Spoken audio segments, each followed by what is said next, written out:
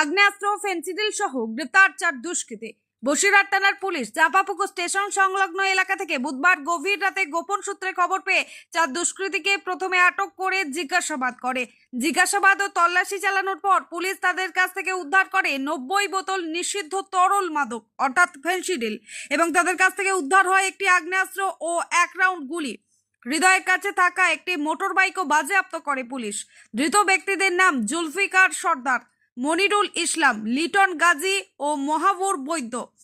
ধৃত এই 4 দুষ্কৃতীকে বৃহস্পতিবার পুলিশি হেফাজতের আবেদন জানিয়ে বসিরহাট মহকুমা আদালতে পাঠানো হয়। আদালতে পুলিশের আবেদন মঞ্জুর করেন।